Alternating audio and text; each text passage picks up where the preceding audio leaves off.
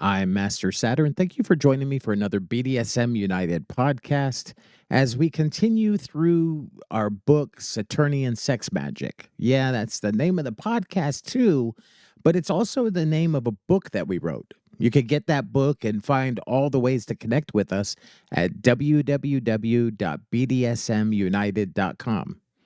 So let's get right into it today.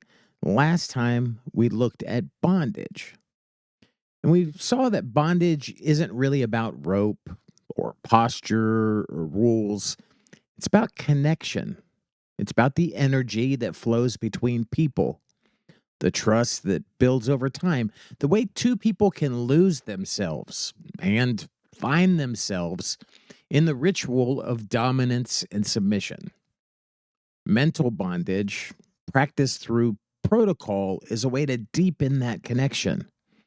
It's a way to say, I see you, I trust you, I want to serve you, I want to guide you. It's a way to turn ordinary moments into something extraordinary. Now, if you're just starting out, don't worry about getting everything right. Instead, focus on building trust, on learning each other's signals, on creating rituals for yourselves that are meaningful. And the rest will come with some practice. If you're seasoned, remember to stay curious. Revisit the basics. Rediscover the power of a single command, a single posture, a single moment of quiet connection. See, bondage is intimidating for a lot of people because it's so easy to get lost in all of these tools, all of the aesthetics, all of the ropes and circulation and anatomy and um, you see people being suspended and you see all of these different things, but the ropes and the cuffs, they're just props. The real bondage, the kind that changes you, the kind that brings you closer together, that bondage is in the mind. When you shift your focus from restraint to connection, everything changes. The pressure to do it right fades away, and you're left with what really matters, the feeling of being seen, held, cherished. So take a breath. Yeah, you heard that right. Close your eyes and feel that invisible rope between you and your partner, or the rope you hope to share with a partner someday. That's the real bondage. That's the tie that binds. Remember, the most important thing isn't the position or the rule, it's the intention and the attention, the care that you bring to each moment. That in the end is what makes bondage beautiful. The word bondage in the context of these power exchange relationships often conjures up all the images, all the physical restraints. But the reality is, the most enduring and influential type of bondage isn't necessarily visible, it's mental. It seeps into the air between dominant and submissive, oftentimes unspoken, but always present. It's a current that hums beneath every command, every act of service, and even in the moments of quiet rest. You don't need formal positions to feel mental bondage. A single look, a pause, a simple expectation can be enough to wrap the submissive's mind in these invisible cords.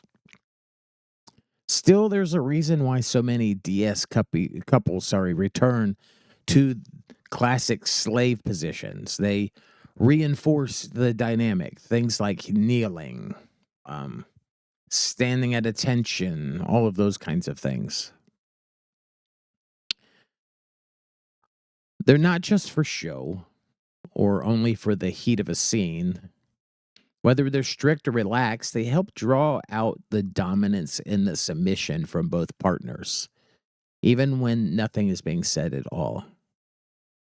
Let's be honest, when somebody kneels or stands at attention, just two common ones there. Stands for inspection. Those positions are uncomfortable. You know what? That's part of the point. They force the submissive to focus, to surrender. They become hyper aware of their body and the will of their dominant partner. That discomfort is a tool. So don't try to always make everything comfortable. Sure, you may have mobility issues or something like that, and you need to make some accommodations, but they shouldn't be ultimately 100% comfortable. That discomfort is a tool, it's a reminder of who's in control and who's serving. Now, discomfort, it's not always the goal, though. Sometimes the dynamic needs to be maintained over long periods. Sometimes a submissive is held in attendance while the dominant reads or works or simply enjoys their presence. This is where other positions like sit and rest come in. They preserve the formality and the intention of the DS, but they're a little bit more sustainable. They're a bridge between the strictness of a scene and the gentle undercurrent that flows through daily life. Classic kneeling, it's beautiful. But after a few minutes, it really can start to hurt. Your legs can go numb, your spine aches. The very act of holding the position becomes the focus rather than the service or the intended connection. So things like sit are created as an answer to this problem. Now, it's not just lazily sitting around.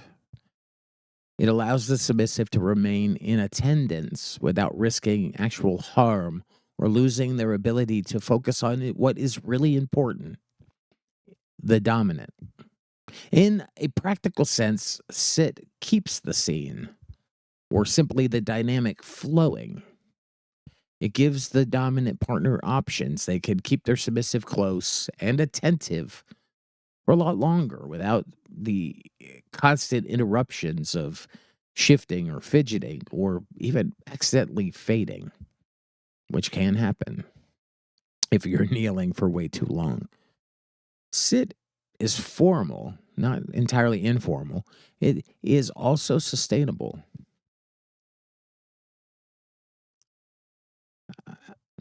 If sit is about a formal, comfortable attendance, rest is about the permission to breathe. It's a softening, not just of the body, but also the mind. When you move into rest, the submissive begins in sit and then lowers their buttocks to one side as they're seated on the floor. So there's kneeling, and then sitting is like sitting on the backs of your feet instead of being up in the kneeling position. And rest is putting your buttocks on the floor and your legs to the side. Your feet are tucked close to the body, the arms drop to the lap, they rest naturally at the sides. For a moment, the strict boundaries of posture and focus are somewhat loosened. Now, not haphazardly, not just gone to shit. The submissive may look around, they may speak softly, even shift as they need to stay comfortable, but they're also somewhat attentive. Rest is more than a physical change, it's a psychological one. Instructing a submissive to rest is important. It's like saying you've done well. Take a moment. It's acknowledgement, somewhat of a reward. It's care, all rolled into one. It reminds the submissive that their well being matters and that the service is seen and that their obedience is valued. The body unwinds a bit, but the dynamic, it doesn't disappear. If anything, it deepens. See, the dominant's authority is reaffirmed not just in strictness, but in mercy. So, why do any of these positions matter? After all, dominant could simply say, sit here, relax there, without all this formality. And sometimes that's what we do. But the beauty of all of these formal positions is the way that they reinforce mental bondage. Even when the body's at rest, the mind still remains engaged. When you tell your submissive to sit in this way, lay in this way, be in this way, be in that way, you're doing mental bondage, especially if they do what you ask them to do. Even when the body's at rest, the mind is still engaged. The submissive is always on some level aware of their role and the expectations that the dominant has set for them. When they're not held by rope, but by trust, by anticipation, and by desire, that's mental bondage. This mental bondage is subtle. It's often invisible to outsiders, but it is the thread that ties the dynamic together. If you step back and you look at the broader picture of DS or MS relationships, you'll see that bondage is everywhere. Sometimes it's literal, sometimes it's figurative. Service itself is a form of bondage, it's a willing, conscious act of binding oneself to another's will. So even when you're not tied or restricted physically, as a submissive, you remain connected to your dominant through protocol, ritual, and expectation. Now, this isn't about restriction just for its own sake. It's about channeling energy. Remember, we call this Saturnian Sex Magick. There's a reason why we put that phrase sex magic in there, because it's all about channeling energy, uh, focus, intention. Positions like sit and rest, they become anchors. They're tangible reminders of the roles that each person has chosen to play. They're not just poses. When you tell somebody to stand or kneel, they're not just posing. They're living symbols of devotion, trust, and this mutual understanding that you have together of this relationship and this power that you are exchanging. You're exchanging energy, you're exchanging focus, you're exchanging intention, not just power. They offer structure, they can be comforting, clarifying, especially for a submissive who is begging, is wanting some structure, wanting to know what is expected of them, wanting to not have to figure out what is expected of them, wanting a dominant to be clear so that they can let go of this responsibility, to come up with what is expected, to create something that is expected. The world outside may be chaotic, but within the bounds of a scene or a relationship, the rules need to be clear. And oftentimes they really are. If you spend enough time in these positions or any of them, something interesting happens. Oftentimes, a submissive may slip into what's known as subspace. That's that trance like character, state that's characterized by like a deep relaxation, kind of a little bit of sense of floating, and then an intense focus on the dominant. Subspace space isn't also triggered by pain or intense sensation. It can be reached through sustained mental bondage, that invisible bondage, that ritual, that service that ties the two people together. That headspace of mental bondage can induce subspace. The submissive learns to let go of stray thoughts, to settle into the rhythm of obedience and presence. The dominant, in turn, becomes the center of their world, the source of both challenge and comfort. For many, this is the heart of a dynamic, not just physical acts, but profound psychological and spiritual connection that emerges from them. It is the exchange, like I said, of energy, focus, the exchange of intention. Oftentimes, we just bundle it all together and call it power exchange, but that misses a lot of what it is. It's easy to overlook the role of bondage, especially when it isn't all flashy, isn't all dramatic. You're not tied up in all kinds of intricate knots. You're not even tied up at all. You're not wearing these fancy leather cuffs and harnesses, straight jackets, or whatever are all the rage. But in truth, the quiet moments when a submissive sits patiently at their dominant's feet or is given the permission to rest, some of these are some of the most powerful. They're opportunities for mindfulness, for reaffirming your identities, for building intimacy that outlasts that one little scene itself and extends into your relationship, into all of the in real life that you're doing. A mindful approach to bondage means attending to every detail. It's the angle of the knees, the position of the hands, the tone of the dominant's voice when giving a command. It means noticing the tension in the submissive's muscles, offering relief when necessary, and always keeping communication open. It's about using the smallest rituals to deepen the connection. And you know what? It's not even just a submissive who gains from all of these positions or from mental bondage as a whole. The dominant, having a partner sit or rest at their feet, is a source of pride, satisfaction, and affirmation.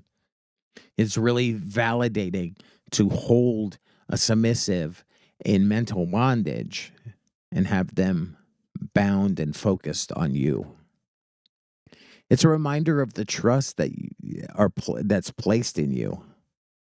It's an opportunity both to practice your authority as well as compassion. Both are super important. Watching a submissive hold a position, especially for an extended period of time, it gives the dominant insight into their partner's endurance, their mood, and their needs. And it builds a lot of trust and connection. It turns service into a conversation, one carried out in posture, eye contact, subtle shifts of energy. And then when the dominant grants permission to move or to rest or simply to relax, they're not just diminishing their authority, they're exercising it in a different way. They're demonstrating care, attentiveness, a deep understanding of their partner's body and mind.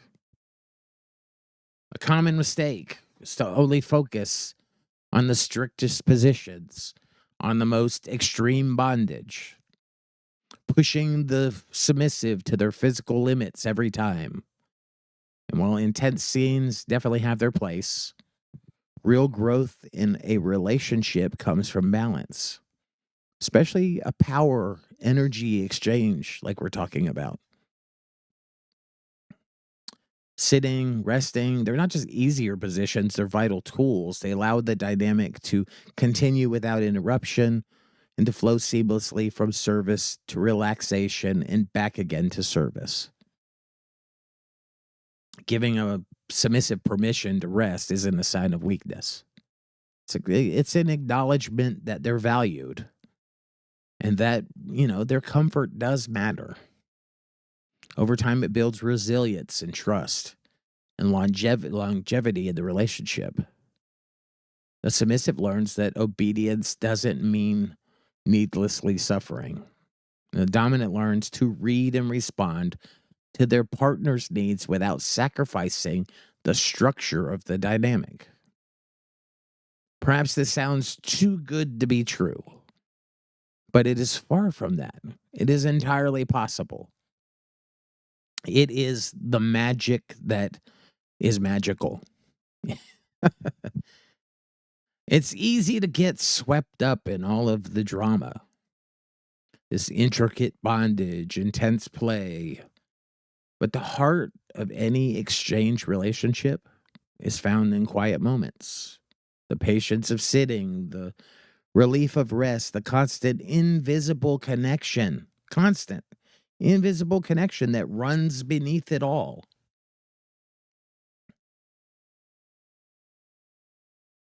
Mental bondage aren't just positions, aren't just ways to sit, stand, kneel, present yourself, all of those kinds of things. They're acts of devotion, mindfulness, and mutual care. They remind us that bondage exists both in service and relaxation. They keep the submissive attentive, the dominant present, the dynamic alive moment by moment. So the next time you command or assume a position, remember it isn't really about your body. I mean, sure, you're going to feel it in your body. You're going to see it in their body if you're giving the command. Ultimately, it's about the mind, the heart, the space between two people who've chosen to trust, to serve, to lead, to care for. Bondage is more than rope, steel, whatever elements you think of physically, tangible things. It's the promise you make to each other, whether you're in motion or in stillness, somewhere in between. I'm Master Saturn. Thank you for joining me for this BDSM United podcast, where we've been going through our book, Saturnian Sex Magick. We hope that you'll purchase the book. It's like $17 and some change. It is 300 and something pages long. It's a huge book. It's well worth it. We have it in Kindle version as well. I was talking about the paperback. There's even a hardcover. Hardcover would be cool. Kind of like the something that sustains and lasts. It's something that you're definitely going to read and use. It's a cool book. We hope that you'll pick it up and enjoy it. You can find it at bdsmunited.com. And I enjoyed this podcast with you. A little bit longer, but we went through lots of stuff. And I will join you for the next one. See you soon.